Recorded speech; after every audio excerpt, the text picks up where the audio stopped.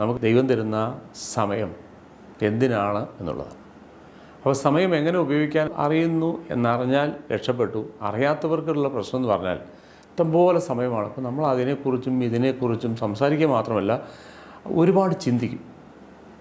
അപ്പോൾ ഈ ചിന്ത പലപ്പോഴും നമ്മളെ എത്തിക്കുന്നത് മാരകമായ പല അസുഖങ്ങളിലാണ്. മെഡിക്കൽ സയൻസ് പ്രൂവ് ചെയ്ത ഒരു കാര്യം, നമുക്ക് വരുന്ന പല അസുഖങ്ങളുടെയും കാരണം നമ്മുടെ ഈ അമിതമായ ആശങ്ക, അല്ലെങ്കിൽ എന്താ പറയുന്നത്, ഒരു പല രീതിയിലുള്ള ടെൻഷൻ ജീവിതത്തിൻ്റെ ഓരോ മേഖലകളിലും നടക്കുമോ ഇല്ലയോ, ടെൻഷൻ വന്നതുകൊണ്ടും ടെൻഷൻ എടുത്തുകൊണ്ടും ഒന്നും നടക്കാനും പോകുന്നില്ല. അത് വേറെ കാര്യം. എന്തെങ്കിലും ജീവിതത്തിൽ നടക്കണമെങ്കിൽ വിശ്വാസം മാത്രമേ പറ്റത്തുള്ളൂ. അപ്പോൾ അത് വലിയൊരു ദോഷമായിട്ട് ഭവിച്ചിരിക്കുകയാണ് ഇപ്പോൾ മനുഷ്യർക്ക് മൊത്തം.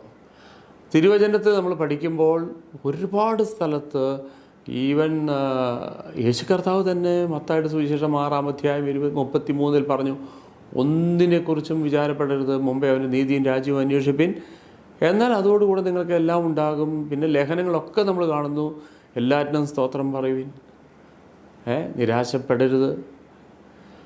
അപ്പോൾ ഇന്ന് അതിനെക്കുറിച്ചുള്ളൊരു സന്ദേശമാണ് നിങ്ങൾ കേൾക്കുന്നത്. നമ്മളിപ്പോൾ നിരാശപ്പെട്ടത് കൊണ്ട് നമുക്കതിന് പേയ്മെൻ്റ് ഒന്നും ആരും തരുന്നില്ല, അതുകൊണ്ട് ഒന്നും സംഭവിക്കത്തില്ല. നമ്മൾ നിരാശപ്പെട്ടത് കൊണ്ട്, ആശങ്കപ്പെട്ടത് കൊണ്ട് പ്രത്യേകിച്ചൊന്നും സംഭവിക്കാൻ പോകുന്നില്ല. കുറച്ചുകൂടെ രോഗങ്ങളും കുറച്ച് ടെൻഷൻ, ആവശ്യമില്ലാത്ത ദേഷ്യം, ഇങ്ങനത്തെ കുറേ ജഡത്തിൻ്റെ പ്രവൃത്തികൾ ഒന്നുകൂടെ കൂട്ടാമെന്നല്ലാതെ വലിയ മെച്ചമൊന്നുമില്ല. അപ്പോൾ ഈ മെസ്സേജ് കേൾക്കുക. തീർച്ചയായിട്ടും ഈ മെസ്സേജ് നിങ്ങൾക്ക് ഒരു അനുഗ്രഹമാകട്ടെ. ഈ എപ്പിസോഡിൻ്റെ അടുത്ത ഭാഗം നാളെ ഇതേ സമയത്ത് കേൾക്കാൻ കഴിയും. അതുവരെയും സർവശക്തനായ ദൈവം നിങ്ങളെ ധാരാളമായി അനുഗ്രഹിക്കട്ടെ. വിശുദ്ധ മത്തായിയുടെ സുവിശേഷം 6-ാം അധ്യായം 24-ാം വാക്യത്തിൽ അരുമനാഥനായ യേശു കർത്താവ് സംസാരിച്ച പ്രധാനപ്പെട്ട ഒരു സബ്ജക്റ്റാണ്. വായിക്കുമ്പോൾ നിങ്ങൾക്കത് മനസ്സിലാകും. Matthew chapter 6:24. 2 യജമാനന്മാരെ സേവിപ്പാൻ ആർക്കും കഴിയുകയില്ല. അങ്ങനെ ചെയ്താൽ ഒരുത്തിനെ പകച്ച് മറ്റവനെ സ്നേഹിക്കും, അല്ലെങ്കിൽ ഒരുത്തിനോട് പറ്റിച്ചേർന്ന് മറ്റവനെ നിരസിക്കും. നിങ്ങൾക്ക് ദൈവത്തെയും മാമോനെയും സേവിപ്പാൻ കഴിയുകയില്ല. അതുകൊണ്ട് ഞാൻ നിങ്ങളോട് പറയുന്നത്, 25 തുടങ്ങുകയാണ്. എന്തു തിന്നും എന്തു കുടിക്കും എന്ന് നിങ്ങളുടെ ജീവനായിക്കൊണ്ടും എന്ത് ഉടുക്കുമെന്ന് ശരീരത്തിനായിക്കൊണ്ടും വിചാരപ്പെടരുത്. ആദ്യം ശ്രദ്ധിക്കുക, എന്തു തിന്നും എന്തുടുക്കും ജീവനായിക്കൊണ്ടും ശരീരത്തിനായിക്കൊണ്ടും വിചാരപ്പെടരുത്. ആഹാരത്തെക്കാൾ ജീവനും ഉടുപ്പിനേക്കാൾ ശരീരവും വലുതല്ലയോ? ആഹാരത്തെക്കാൾ ജീവനും ഉടുപ്പിനേക്കാൾ ശരീരവും വലുതല്ലയോ? യേശു കർത്താവാ ചോദിക്കുന്നത്. ആകാശത്തിലെ പറവകളെ നോക്കുവിൻ, അവ വിതയ്ക്കുന്നില്ല, കൊയ്യുന്നില്ല, കളപ്പുരയിൽ കൂട്ടി വെക്കുന്നതുമില്ല. വിതയ്ക്കുന്നില്ല, കൊയ്യുന്നില്ല, ആകാശത്തിലെ കളപ്പുരകളിൽ സൂക്ഷിക്കുന്നുമില്ല. എങ്കിലും സ്വർഗസ്ഥനായ നിങ്ങളുടെ പിതാവ് അവയെ പുലർത്തുന്നു. വളരെ വളരെ ഇമ്പോർട്ടൻ്റ് ആയിട്ടുള്ളൊരു മെസ്സേജാണിത്.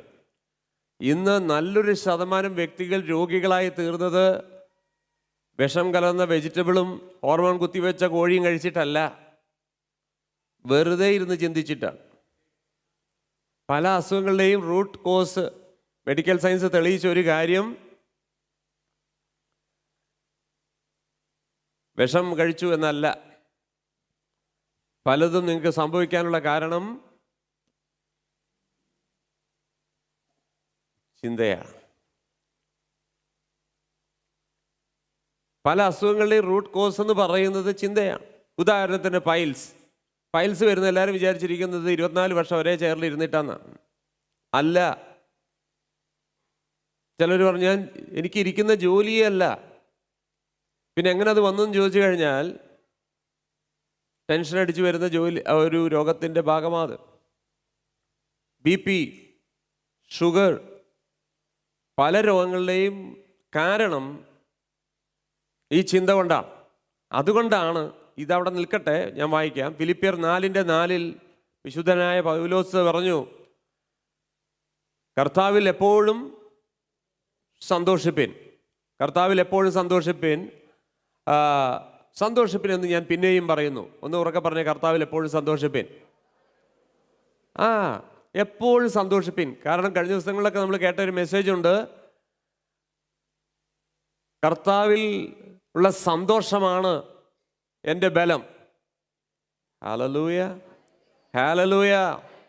അപ്പൊ സന്തോഷിക്കുക. ഒന്നുറക്കെ പറഞ്ഞേ. സന്തോഷിക്കുമ്പോൾ രണ്ട് കാര്യങ്ങൾ നടക്കും. ഒന്ന്, ആരാണ് സന്തോഷിക്കുന്നത്? ഒന്നിനെക്കുറിച്ചും വിചാരപ്പെടാത്തവർ.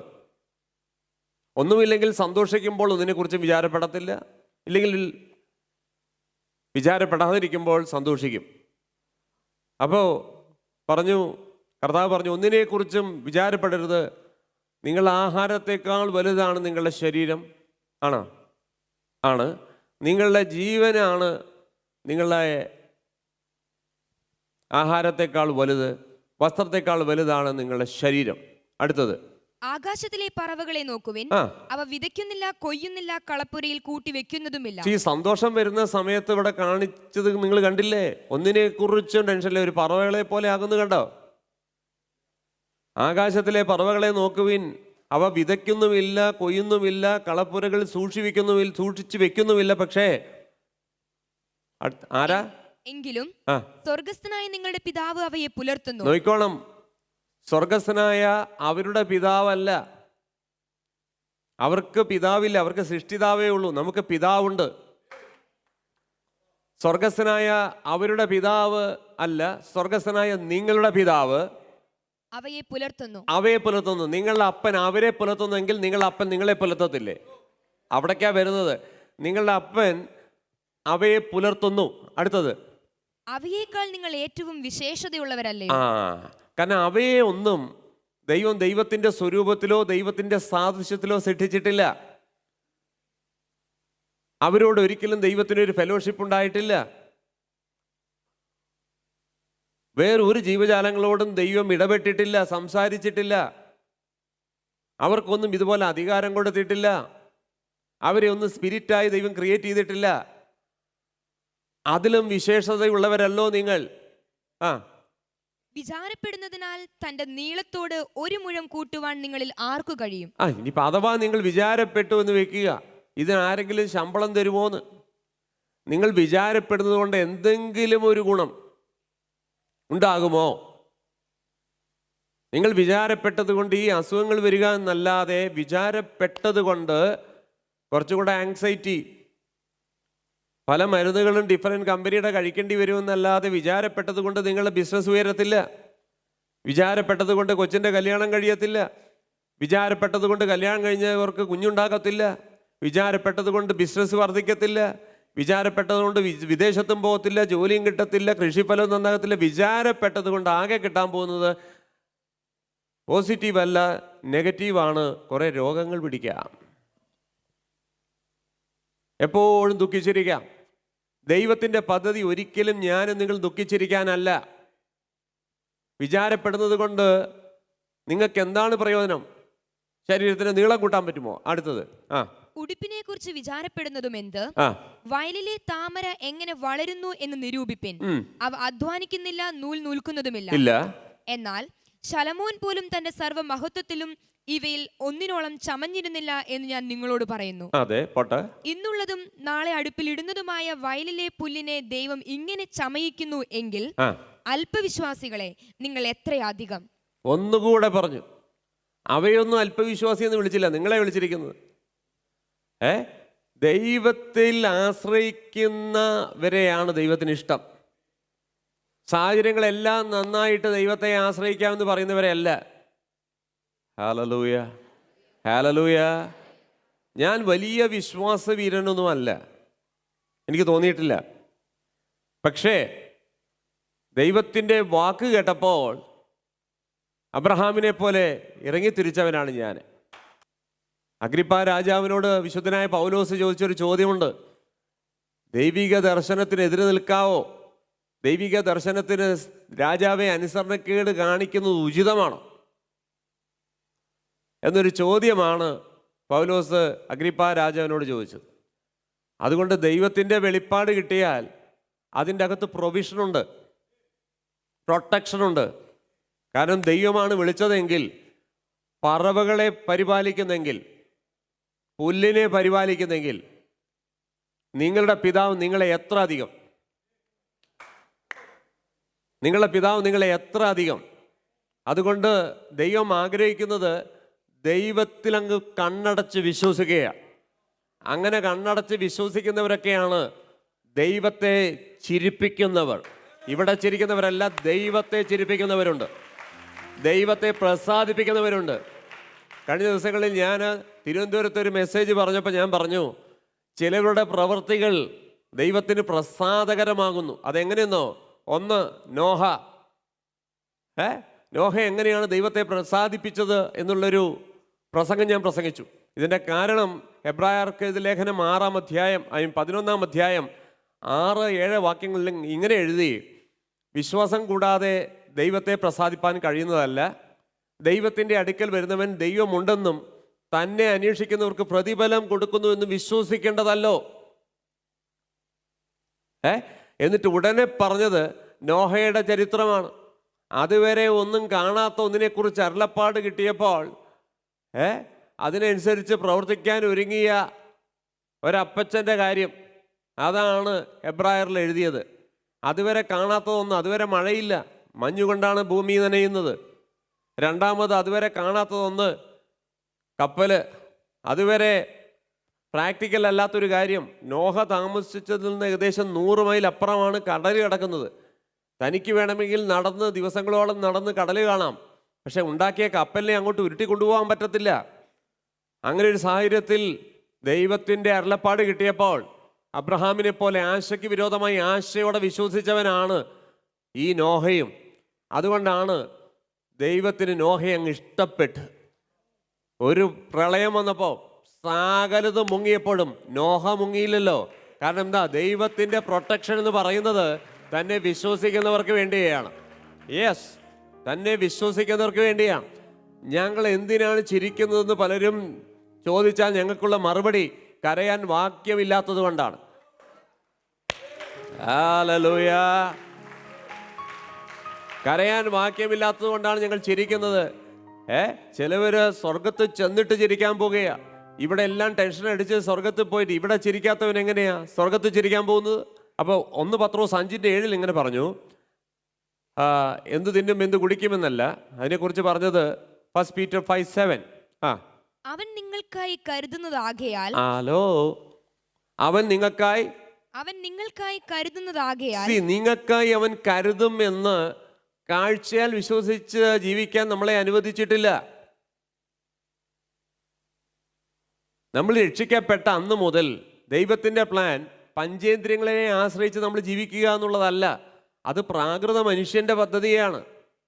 ഇപ്പം ഞാൻ ചോദിക്കട്ടെ, ഇസ്രായേൽ ജനത്തെ ദൈവം നടത്തുമ്പോൾ അവർക്ക് അഗ്നിതൂണും മേഘസ്തംഭവും മന്നയും കാടപ്പക്ഷിയും പാറയിൽ നിന്ന് വെള്ളവും ഇതെല്ലാം പ്രൊവിഷൻ ഉണ്ടായിരുന്നു. പക്ഷെ ഗിൽഗാലിലെത്തിയപ്പോൾ ഇതെല്ലാം നിന്നു. ഗിൽഗാലിലെത്തിയപ്പോൾ ഇതെല്ലാം നിന്നു. യോശുവയുടെ പുസ്തകം 5-ാം അധ്യായം 9-ാം വാക്യം തൊട്ടേ, Joshua 5:9. Book of Joshua chapter 5 versus 9. യഹോവ യോശുവയോട്, ഇന്ന് ഞാൻ മിസ്രയീമിന്റെ നിന്ന നിങ്ങളിൽ നിന്ന് ഉരുട്ടിക്കളഞ്ഞിരിക്കുന്നു എന്ന് അരുളി ചെയ്തു. ഓക്കെ, ഇവരിപ്പോ ഗിൽഗാലിലെത്തി. അന്ന് യോശുവയോട് ദൈവം പറഞ്ഞു, നിന്ന ഞാൻ നിങ്ങളിൽ നിന്ന് ഉരുട്ടിക്കളഞ്ഞിരിക്കുന്നു. അതുകൊണ്ട് ആ സ്ഥലത്തിന് ഇന്നുവരെ ഗിൽഗാൽ എന്ന് പേർ പറയുന്നു. ഇസ്രായേൽ മക്കൾ ഗിൽഗാലിൽ പാളയമിറങ്ങി ആ മാസം 14-ാം തീയതി സന്ധ്യാസമയത്ത് യെരിഹോ സമഭൂമിയിൽ വെച്ച് പെസഹ കഴിച്ചു. പെസഹായുടെ പിറ്റേ ദിവസം തന്നെ അവർ ദേശത്തെ വിളവ് കൊണ്ടുള്ള പുളിപ്പില്ലാത്ത അപ്പവും മലരും തിന്നു. അവർ ദേശത്തെ വിളവ് അനുഭവിച്ചതിന്റെ പിറ്റേ ദിവസം മന്ന നിന്നുപോയി. മന്ന വന്നുപോയെന്നല്ല, മന്ന നിന്നുപോയെന്ന്. ഇനി എന്ത് ചെയ്യണം? ഇനി വിശ്വാസാൽ ജീവിക്കണം. ഇതുവരെ നിങ്ങൾ രാവിലെ എഴുന്നേൽക്കുമ്പോൾ നിങ്ങൾക്ക് രാവിലെ മന്ന കിട്ടുമായിരുന്നു. പക്ഷെ ജീവിതകാലം മുഴുവനും ഇങ്ങനെ പോഷിപ്പിക്കാമെന്ന് ഒരു ഗ്യാരണ്ടിയും ദൈവം പറഞ്ഞിട്ടില്ല. ഗിൽഗാലിലെത്തിയപ്പോൾ മന്ന നിന്നുപോയി. ഹല്ലേലൂയ. ഇനി എങ്ങനെ ചെയ്യണം? ഇനി വിശ്വാസത്താൽ ജീവിക്കണം. ഇനി വിശ്വാസത്താൽ ജീവിക്കണം. അത് ഇസ്രായേലിന് പറ്റിയില്ല. ഇസ്രായേലിന് പറ്റിയില്ല. അതുകൊണ്ടാണ് കഴിഞ്ഞ ദിവസം ഞാൻ പറഞ്ഞത്, ചെങ്കടൽ കടക്കുന്ന പോലെ ഈസി അല്ല യോർദാൻ കടക്കുന്നത്. ചെങ്കടൽ ആരംഭവും യോർദാൻ അവസാനവുമാണ്. ഒരു യാത്രയുടെ 2 വാട്ടർ ബോഡികളാണ് ഞാൻ പറയുന്നത്. വാഗ്ദത്തത്തിലേക്ക് എത്തണമെങ്കിൽ ഇത് രണ്ടും കടക്കണം. കനാനിൽ എത്തണമെങ്കിൽ ചെങ്കടൽ കടന്നുകൊണ്ട് കാര്യമായില്ല, യോർദാൻ കൂടെ കടക്കണം. കാരണം യോർദാൻ എന്ന് പറയുന്നത് ചെങ്കടലിനെ പോലെ അത്ര വലുതല്ല, ചെറിയ തോടായിരിക്കാം. പക്ഷേ ഇത് തോടിൻ്റെയും വെള്ളത്തിൻ്റെയും അളവിലല്ല ഇതിൻ്റെ ഇരിക്കുന്നത്. ചെങ്കടൽ കടന്നാൽ റഫീദ് മരുഭൂമിയിലേക്കോ സീനായിലേക്കോ കയറുന്നത് പോലെ അല്ല യോർദാൻ കടന്നാൽ കയറുന്നത്. ഈ ചെങ്കടൽ കടന്നു കഴിഞ്ഞാൽ നിങ്ങളെ സ്വീകരിക്കുന്നത് ദൈവത്തിൻ്റെ പ്രസൻസ് ആണെങ്കിൽ, യോർദാൻ കടന്നാൽ നിങ്ങളെ സ്വീകരിക്കാൻ പോകുന്നത് രാക്ഷസന്മാരാണ്. Hallelujah, hallelujah, hallelujah. അതുകൊണ്ട് ഈ യോർദാൻ കടന്നാൽ എരിഹോ ഉണ്ട്, യോർദാൻ കടന്നാൽ അനാക്യ മല്ലന്മാരുണ്ട്. ഇതിനെ ഫേസ് ചെയ്യുവാൻ കഴിയുമെങ്കിൽ മാത്രം യോർദാൻ കടന്നാൽ മതി. Hallelujah, hallelujah. അപ്പൊ തോറ്റു പോകാതിരിക്കണമെങ്കിൽ എന്ത് ചെയ്യണം? ചെങ്കടൽ കടന്ന് യോർദാൻ എത്തുന്നതിന് മുമ്പേ സ്പിരിച്വലി മെച്ചൂർഡാകണം, ശക്തന്മാരായി തീരണം. അതിനാണ് ഒരു കാലഘട്ടം ദൈവം നമുക്ക് തരുന്നത്. 2019 നമ്മളോട് ടാറ്റ പറയുന്നത് കൊണ്ട് നമ്മളൊന്നും തീരാൻ പോകുകയല്ല. ഒരു പുതിയ വർഷം ദൈവം നമുക്ക് തരുന്നത് നമുക്ക് തന്നെ ശക്തന്മാരാക്കുവാൻ ദൈവം തരുന്ന ഒരു വലിയ അവസരമാണ്. ഇത് ഇന്ത്യക്ക് മാത്രമല്ലല്ലോ 2020 വരുന്നത്. അതുകൊണ്ട് എന്നെ ലോകത്തിൻ്റെ വിവിധ രാജ്യങ്ങളിൽ ഇരുന്ന് യൂട്യൂബ് വഴി കാണുന്നവരോട് ഞാൻ പറയട്ടെ, ഈ കാലഘട്ടങ്ങളിൽ ഒരു സമയം ദൈവം നിങ്ങൾക്ക് തരുന്നത് അതൊരു ബ്രാക്കറ്റ് പീരീഡാണ്. അത് ദൈവത്തിൻ്റെ പദ്ധതി തീർക്കുവാനുള്ള ഒരു സമയമാണ്. നമ്മുടെ പ്രശ്നം ആലോചിച്ചിരിക്കാനുള്ള സമയം ഇനി ഇല്ല. നിങ്ങൾ പ്രശ്നം ആലോചിച്ചുകൊണ്ടിരുന്നാൽ ഒരിക്കലും നമ്മുടെ പ്രശ്നം തീരത്തില്ല. ഇതുവരെ ചിന്തിച്ചിട്ട് ഒരാളുടെയും പ്രശ്നം തീർന്നിട്ടില്ല. അതുകൊണ്ട് ഒന്നിനെക്കുറിച്ചും വിചാരപ്പെടരുത്. എന്ത് തിന്നുമെന്നോ എന്ത് കുടിക്കുമെന്നോ അല്ല. ദൈവം നമുക്കൊരു വലിയ പദ്ധതി മുന്നിൽ ഒരുക്കിയിട്ടുണ്ട്. നല്ല ഓട്ടം ഞാൻ ഓടി, എൻ്റെ വിശ്വാസത്തെ ഞാൻ കാത്തു. നല്ല യുദ്ധത്തിന് വേണ്ടി ഒരുങ്ങുന്ന ഭടന്മാരായി തീരുവാൻ ദൈവത്തിൻ്റെ പരിശുദ്ധാത്മാവ് 2019 അവസാനത്തെ ഞായറാഴ്ചകൾ ദൈവം നിങ്ങളിവിടെ ഇടപെടുകയാണ്. 2019 കഴിഞ്ഞാൽ 2020 വരും, 2021 വരും. അതിനനുസരിച്ച് നമ്മൾ കർത്താവിൽ സ്ട്രോങ് ആകുക മാത്രമേ നിവൃത്തിയുള്ളൂ. കാരണം വലിയൊരു ദൗത്യം നമ്മുടെ മുന്നിലുണ്ട്. ഹല്ലേലൂയ. നമ്മൾ കരഞ്ഞു കാണിച്ചാൽ പിശാച് പോകത്തില്ല. ലോകത്തിൻ്റെ അധിപതിയെ നമ്മളോട് ദയ കാണിക്കുന്നവനല്ല, അവൻ ശക്തിപ്പെട്ട് തന്നെ വരികയാണ്. അവനെ എതിർക്കുവാൻ പണം കൊണ്ട് അവനെ എതിർക്കാൻ കഴിയത്തില്ല, പൊളിറ്റിക്സ് കൊണ്ട് അവനെ എതിർക്കാൻ കഴിയത്തില്ല, മറ്റുള്ള പവർ കൊണ്ട് അവനെ എതിർക്കാൻ കഴിയത്തില്ല. ആത്മീയ ശക്തി കൊണ്ട് മാത്രമേ ശത്രുവിനെ ജയിക്കാൻ കഴിയുകയുള്ളൂ എന്ന് ഉറച്ച് വിശ്വസിക്കുന്നവർക്കായി ദൈവത്തെ സ്തുതിക്കുന്നു. പരിശുദ്ധാത്മാവിന്റെ ശക്തി കൊണ്ട് മാത്രമേ നിങ്ങൾക്ക് ശത്രുവിനെ നിർമ്മിക്കാൻ കഴിയുകയുള്ളൂ. യെസ്. അതുകൊണ്ട് എന്തുടുക്കും എന്തു തിന്നും അത് നിർത്ത്. അടുത്തത് മത്തായിയുടെ സുവിശേഷത്തിലേക്ക് തിരിച്ചു വന്നേ, 6-ാം അധ്യായം 26. നാം എന്തു തിന്നും എന്തു കുടിക്കും എന്തു ഉടുക്കും എന്നിങ്ങനെ നിങ്ങൾ വിചാരപ്പെടരുത്. ഈ വകയൊക്കെയും ജാതികൾ അന്വേഷിക്കുന്നു. രക്ഷിക്കപ്പെടാത്തവര് ആണെങ്കിൽ സമ്മതിക്കാം, അവരെന്ത് തിന്നും എന്ത് ഉടുക്കുമെന്ന് ചിന്തിച്ചുകൊണ്ടിരിക്കട്ടെ. ഇല്ലെന്ന് പറഞ്ഞില്ല, അവര് നാച്ചുറലാണ്. അവര് 1 കൊരിന്ത്യർ 2:14 പറഞ്ഞത് അവര് ദൈവത്തിന്റെ ഉപദേശം കേൾക്കുന്നവരല്ല, അവര് ജാതികളാണ്. ഇവിടെ ജാതികൾ എന്ന് പറഞ്ഞാൽ അബ്രഹാമിന്റെ കവനന്റിൽ ഇല്ലാത്തവരാണ്, അബ്രഹാമിന്റെ അനുഗ്രഹങ്ങൾക്ക് വാഗ്ദത്തം ഉള്ളവരല്ലിവർ. ഹല്ലേലൂയ. ഈ വകയെല്ലാം എന്തും തിന്നും എന്തുടുക്കും. അപ്പൊ നമ്മൾ എപ്പോഴും ഇങ്ങനെ എന്ത് തിന്നും എന്തുടുക്കും എന്ന് ചിന്തിച്ചുകൊണ്ടിരുന്ന നമ്മുടെ പേരെന്താ? ജാതി. ജാതികൾ അന്വേഷിക്കട്ടെ.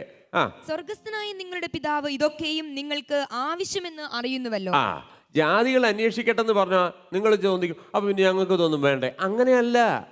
നിങ്ങൾക്കിത് ആവശ്യമെന്ന് നിങ്ങളുടെ അപ്പൻ അറിയുന്നെന്ന്. നിങ്ങൾക്കിത് വേണ്ടെന്നല്ല. ഈ വക ഒക്കെയും ജാതികൾ അന്വേഷിക്കുന്നു. പക്ഷെ നിങ്ങളിത് അന്വേഷിക്കേണ്ട. സ്വർഗ്ഗസ്ഥനായ നിങ്ങളുടെ പിതാവ്, നേരത്തെ പറഞ്ഞു നിങ്ങളുടെ പിതാവ് അവരെ കരുതുന്നു. ഇപ്പൊ പറഞ്ഞു നിങ്ങളുടെ പിതാവ് ഇതൊക്കെയും നിങ്ങൾക്ക് ആവശ്യമെന്നറിയുന്നല്ലോ. നിങ്ങളുടെ പിതാവ് ഇതെല്ലാം നിങ്ങൾക്ക് ആവശ്യമെന്നറിയുന്നു. ഹല്ലേലൂയ. ഇതെല്ലാം നിങ്ങൾക്ക് വേണ്ടെന്നല്ല, ജാതികൾ അന്വേഷിച്ചതും അവര് പ്രയാസപ്പെട്ട് അവര് വർഷങ്ങൾ ഇതിന്റെ പിറകെ ഓടിയിട്ട് കിട്ടാത്തത് നിങ്ങളുടെ മടിയിൽ, വിശ്വസിക്കുന്നവരുടെ മടിയിൽ ദൈവം കുടഞ്ഞിടും. ഞാൻ പറയുന്ന പ്രവചനമാ പറയുന്നത്. ജാതികൾ അന്വേഷിച്ചിട്ട് കിട്ടാത്തത് നിങ്ങൾക്ക് ഫ്രീ ആയിട്ടാണ് വരുന്നത്. അത് നിങ്ങളൊന്നും ചെയ്തിട്ടില്ല, നിങ്ങൾ വിശ്വസിച്ചിട്ടാ. Oh Jesus. അനേകർ പ്രയാസപ്പെട്ടത്, അനേകർ മുട്ടിയിട്ട് തുറക്കാത്ത വാതിൽ നിങ്ങളുടെ മുന്നിൽ തുറക്കും. അനേകർ അന്വേഷിച്ചിട്ട് കണ്ടെത്താത്തത് നിങ്ങൾ കണ്ടെത്തും. അനേകർ ചോദിച്ചിട്ട് കിട്ടാത്തത് നിങ്ങൾക്ക് ഫ്രീ ആയിട്ട് ലഭിക്കും.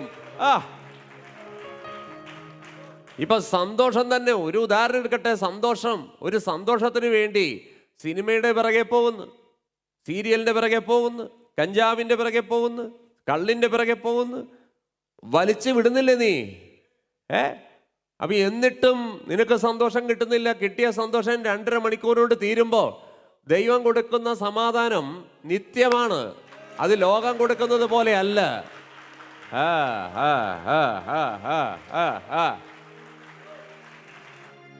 യോഹന്നാന്റെ സുവിശേഷത്തിൽ 14:27 26 27 14 26 27 യോഹന്നാന്റെ സുവിശേഷം, ഗോസ്പൽ ഓഫ് ജോൺ ചാപ്റ്റർ 14. സമാധാനം ഞാൻ നിങ്ങൾക്ക് തന്നേച്ചു പോകുന്നു, എന്റെ സമാധാനം ഞാൻ നിങ്ങൾക്ക് തരുന്നു. സമാധാനം ഞാൻ നിങ്ങൾക്ക് തന്നേച്ചു പോകുന്നു, എന്റെ സമാധാനം ഞാൻ നിങ്ങൾക്ക് തരുന്നു. ലോകം തരുന്നത് പോലെയല്ല ഞാൻ നിങ്ങൾക്ക് തരുന്നത്. ഓക്കെ, ഞാൻ നിങ്ങൾക്ക് വന്നിരിക്കുന്നത് തന്നെ ഞാൻ കൊണ്ടുവന്ന എന്റെ സമാധാനം നിങ്ങൾക്ക് തരുവാനാണ്. അത് തന്നു എന്നാണ് എന്റെ വിശ്വാസം. നിങ്ങളുടെ ഹൃദയം കലങ്ങരുത്, ഭ്രമിക്കുകയുമരുത്. ഇതാ പറയേണ്ടത്. എന്റെ സമാധാനം ഞാൻ നിങ്ങൾക്ക് തരുമ്പോൾ നിങ്ങളുടെ ഹൃദയം കലങ്ങരുത്. പ്രശ്നങ്ങൾ അവിടെ ഇരിക്കട്ടെ. നിങ്ങൾ ചിരിച്ചത് കൊണ്ടോ നിങ്ങൾ സന്തോഷിക്കുന്നത് കൊണ്ടോ പ്രശ്നം തീരത്തില്ല. പക്ഷേ പ്രശ്നത്തിന് മുമ്പ് നിങ്ങൾ കരഞ്ഞാലും പ്രശ്നം അവിടെ തന്നെ കാണും. അപ്പൊ നിങ്ങൾ ചിരിക്കുന്നതും കരയുന്നതും പ്രശ്നത്തെ സംബന്ധിച്ചിടത്തോളം ഇതൊരു വിഷയമുള്ള കാര്യമല്ല. പിന്നെ ഞാൻ ഈ പ്രശ്നം കാണുമ്പോൾ ഞാൻ എന്തിനു ചിരിക്കുന്നു? അതിന്റെ കാര്യം പ്രശ്നത്തെക്കാൾ വലിയൊരു ദൈവത്തെ ഞാൻ വിശ്വസിക്കുന്നത് കൊണ്ടാണ് പ്രശ്നത്തെ കാണുമ്പോൾ ഞാൻ ചിരിക്കുന്നത്. Yes, hallelujah, hallelujah, hallelujah. ചിലവർക്ക് മനസ്സിലാക്കുന്നില്ല ഈ പ്രശ്നം. ഇത്രയും പ്രശ്നമുള്ള ഈ സഹോദരി, ഇത്രയും പ്രശ്നമുള്ള ഈ സഹോദരൻ എന്ത് കണ്ടിട്ടാണ് ചിരിക്കുന്നത്? ഞങ്ങൾ പ്രശ്നത്തെ കണ്ട് ചിരിക്കുന്നതിന്റെ കാര്യം പ്രശ്നത്തിന്റെ പിറകിൽ ഞങ്ങളുടെ പ്രൊവിഷൻ ഉള്ളത് കൊണ്ട്. ഈ പ്രശ്നത്തിന്റെ പിറകിൽ നിങ്ങൾ കാണാത്തൊന്ന് ഞങ്ങൾ കാണുന്നു. Yes, hallelujah. ഈ രക്ഷിക്കപ്പെട്ടവർ കാണുന്നതൊന്നും രക്ഷിക്കപ്പെടാത്തവർക്ക് കാണാൻ പറ്റത്തില്ല. ഇത് പറഞ്ഞ് മനസ്സിലാക്കാൻ ബുദ്ധിമുട്ടാണ്. Hallelujah, hallelujah. ബൈബിളിൽ സ്വപ്നങ്ങൾ കാണാറുണ്ട്. പലരും സ്വപ്നങ്ങൾ കണ്ടിട്ടുണ്ട്. പഴയ നിയമത്തിലുണ്ട്, പുതിയ നിയമത്തിലുണ്ട്. ദർശനങ്ങളും കണ്ടിട്ടുണ്ട്, സ്വപ്നങ്ങളും കണ്ടിട്ടുണ്ട്. അപ്പോൾ ചിലർ ചോദിച്ചു, സ്വപ്നങ്ങൾ കാണണം, ദർശനങ്ങൾ കാണണം, അതിപ്പോൾ യോവയിൽ പ്രവചിച്ചതുപോലെ നിങ്ങളുടെ യുവാക്കന്മാരും യുവതികളും അല്ലെങ്കിൽ യൗവനക്കാർ ഇല്ലെങ്കിൽ പ്രായമുള്ളവർ സ്വപ്നങ്ങൾ കാണും, യൗവനക്കാർ ദർശനങ്ങളെ ദർശിക്കും. അപ്പോൾ രക്ഷിക്കപ്പെടാത്തവർക്ക് സ്വപ്നങ്ങളില്ലേ സാർ? സ്വപ്നങ്ങളുണ്ട് സാർ. പക്ഷെ ഞങ്ങൾ കാണുന്ന സ്വപ്നം ദൈവത്തുനിന്ന് വരുന്ന സ്വപ്നമാണ്, പേടി സ്വപ്നമല്ല. യെസ്. മെസ്സേജ് നിങ്ങൾക്ക് അനുഗ്രഹമായി എന്ന് ഞാൻ പൂർണ്ണമായി വിശ്വസിക്കുന്നു. ഇതിൻ്റെ അടുത്ത ഭാഗം നാളെ ഇതേ സമയത്ത് നിങ്ങൾക്ക് കേൾക്കാവുന്നതാണ്. ഞാൻ നേരത്തെ പറഞ്ഞതുപോലെ തന്നെ ഒരിക്കൽ കൂടെ ഓർമ്മിപ്പിക്കട്ടെ, പാലക്കാട് മീറ്റിംഗ് നിങ്ങൾ മറക്കരുത്. നിങ്ങൾ കഴിയുന്നതും ആ മീറ്റിങ്ങിന് കടന്നു വരണം. എന്നെ കേൾക്കുന്നവർ, സാധിക്കുന്നവർ ആ മീറ്റിങ്ങിന് കടന്നു വന്ന് നമുക്ക് ആ പാലക്കാട് ഡിസ്ട്രിക്റ്റിനെ ഒന്ന് അനുഗ്രഹിക്കണം. സർവശക്തനായ ദൈവം നിങ്ങളെ ധാരാളമായി മാനിക്കട്ടെ. ആമേൻ.